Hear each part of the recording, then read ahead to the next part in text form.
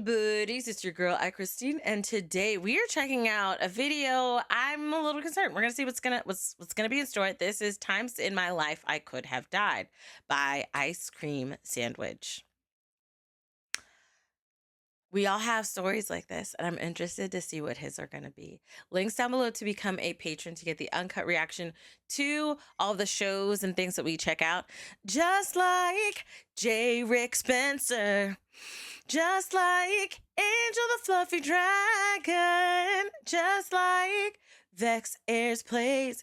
If you want to get your name sung out to become a member, a patron. Ooh. Yes. All right.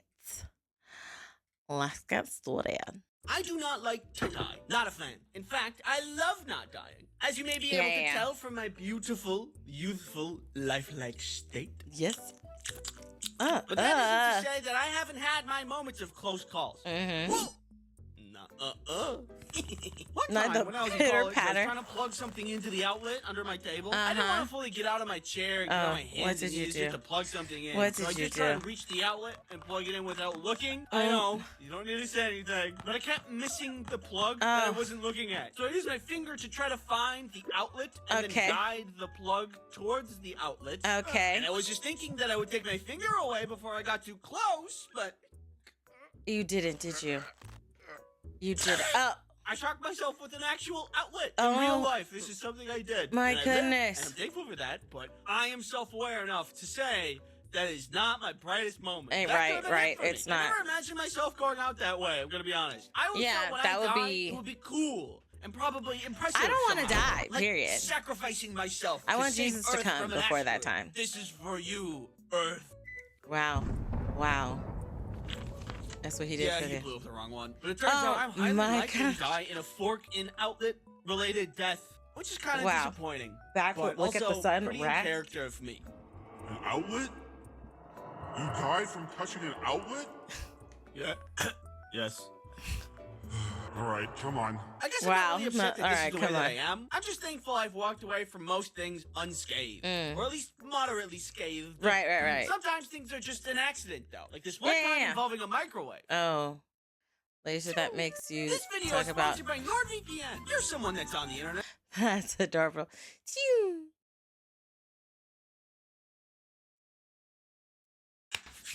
The microwave event. It was just some random night that I was at home, and I wanted some candy. But my parents are crazy and like to freeze their candy. Like, if you wanted Three Musketeers, it would be in the freezer. You know the delicious candy bar? Known for its fluffy and chocolatey center? Yes, well, yeah. the nougat? They like that solid.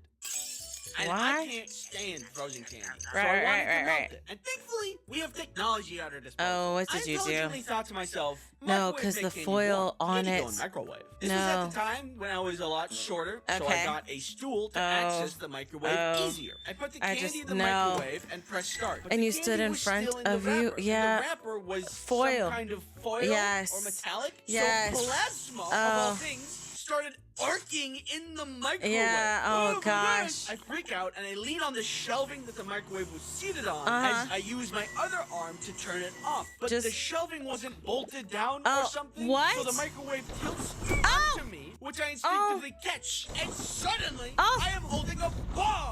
Mother! Assistance! Thankfully, my dad runs over and pulls the plug and saves the day. Thanks, Dad. The candy was ruined, though. Obviously. So I just didn't have any candy that night. And almost died. And almost died. Perchance, the biggest tragedy of that night. I am now aware, you don't have to say anything. I am now aware that candy in microwave wouldn't have given me the result I wanted anyway. Very true. In the spirit of the Home Alone that was like the last thought I had. I'm at least now aware of how to weaponize everyday household items in the event of a potential intruder. Okay. There you go. Yeah, come here. Not yet, come here. No, wait, where are you going? There was this one Valentine's Day I was setting up for a lovely and romantic dinner for Kelly and I. It was in my dorm room at the time, and I did the best that I could with what I had. Court table with tablecloth, nice plates, fancy glassware, candles. But what's a romantic dinner without flowers? It's a cliche, Did it but catch it's a on staple, fire? and staples are important. except for the store Staples, which I'm surprised is still in business. Wow. Anyway, this was back during college, and it was a small Why is he college beefing with town that I was in, Staples? and there was only one floral shop that I was aware of. I've never seen a store like this. I thought it was so strange. I wasn't sure if it was actually in business. It was way too dark for the time of day it was. There were a lot of old-timey dolls placed around randomly and definitely weren't making me very uncomfortable. And nobody was there, not even the employees. What? I didn't think I was in the right spot. Maybe it was a Before front. I left, I rang the bell at the front, and I was going to ask the hopefully present employee if there was a shop nearby that sold flowers. Someone does come to the front, and I ask them, do you have any roses? Yeah, we have roses. Follow me. Fantastic. I wasn't wrong. This was a flower shop. I followed behind the desk and into the greenhouse section of the building. The clear tarp that covers the structure had fallen inward and was touching a lot of the plants. I mean, if you can still grow plants when the tarp is half caved in, then why not? It's just strange. She moves past the tarp and into the back. I kind of have to duck and push the tarp out of the way to follow her. We end up in the back of the building where the boiler room is. The room was dark, messy, and full of random, unorganized I don't like tools. this. She gonna kill you. However, was the 7 bulky, ominous men sitting on buckets in a circle staring at me. These guys did not seem to work at this establishment, and they did not seem friendly. And also, who hangs out in a dark, messy room like this? I was starting to get weird feelings at this point. The lady who was helping me said, stay there for a moment, and starts moving further back into the boiler room. The men are still staring at me. Whatever conversation they were having wasn't happening anymore. Because of my presence, I assume. She comes back with this bucket with just a bunch of roses in it. Oh, wow, okay. This place in buckets. And she tells me they are $30 each. $30 each per rose? What kind of scam is this place? In this $30. place? I suddenly am very aware of the situation that I'm in. Why am I in the back of a flower shop in a dark room? Yeah. Why didn't they bring the flowers to me in the front? Why are all these men silently staring at me? Why are the roses $30? I think this is a drug trade, and I just interrupted their meeting. I'm in the least safe place to be right now. This is a front. Just not buy a rose. I probably think I'm an undercover cop or something. Just trying to get close to them and gain information. I am incredibly vulnerable. They could beat me up, take my money. Beat you up, baby. They could just kill you. And stuff. I don't know. I have to buy one so they don't get suspicious. Plus they're still staring at me. Yes.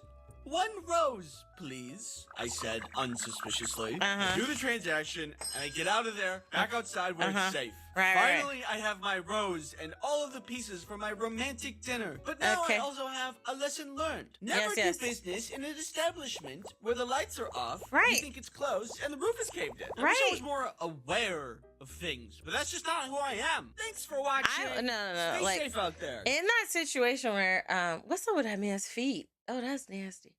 But like, okay, if I go in and it's dark, well, I mean, beforehand, I'm looking up websites. That's number one. Looking at what websites, all right? I'm looking at what you got. Do you even have what I need? Because am I going to drive to you? You know, is it worth me leaving my house and getting into my car to come to you? Is it? That's the question. That being said, I would, if I go in and I don't see no flies, I just see a bunch of creepy dolls, I'm good. I'm not following you to the back. And then to the back. No. It's a front. It's a front. Okay? It is a front. They pretending to sell flowers as a front. And behind the scenes, they got some ish going down. And you just made a video telling them, and I reacted to this video? Oh, gosh. I don't want to be implemented in this situation.